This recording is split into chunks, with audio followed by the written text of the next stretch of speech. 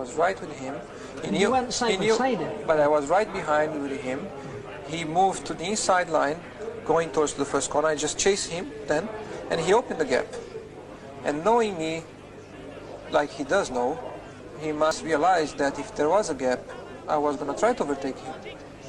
And under those circumstances, he should never have opened a gap in the first corner and then come back again. Because by doing so, he opened the gap, gave the gap, and then closed it.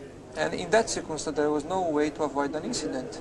Right, but that only happened, Ayrton, because you saw the gap, and I accept that, you're a racer. But a mature racer has to also think, if he closes the door again, we're going to have an accident.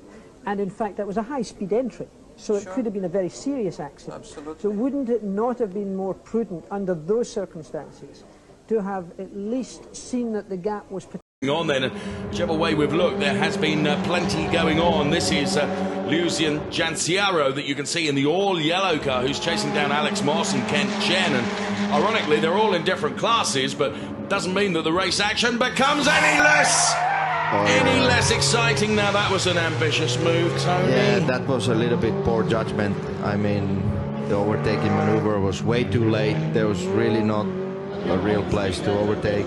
That has taken Alex Moss out of it, and the contact was the defending driver's right rear tire, and the rear suspension broke straight away, and just too late maneuver, 100%. And that means with just 2.5 minutes or 2 3/4 minutes, we're going to get a safety car, and you know what that means. It's going to be another checkered flag under the safety car. Absolutely. And if you go back in history, then you talk about incidents and so on, you'll find that I've been myself leading most of the races and finding back markers in front of me, and I was never involved in leading races and with other people. There were 3-4 events only when I was leading a race in first corner and so on, like many other people have been involved in. I have to believe, though, Ayrton, that there must be some fault, and I respect totally your ability. You're the fastest. When you see a gap, Tony, surely as a racing driver that wants to win everything, your natural instinct is to go into that gap, but just sometimes discretion is the better part of valor, I assume.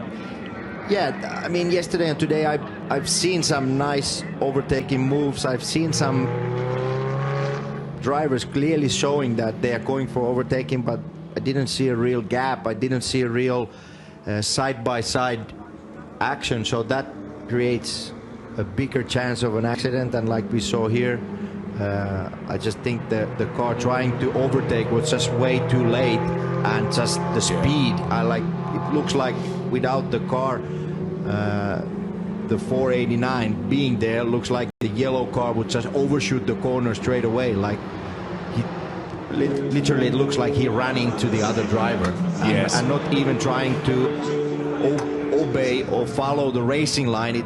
The angle of the accident was just too. You should know that by being a racing driver, you are under risk all the time. And by being a racing driver means you are racing with other people. And if you no longer go for a gap that exists, you're no longer a racing driver.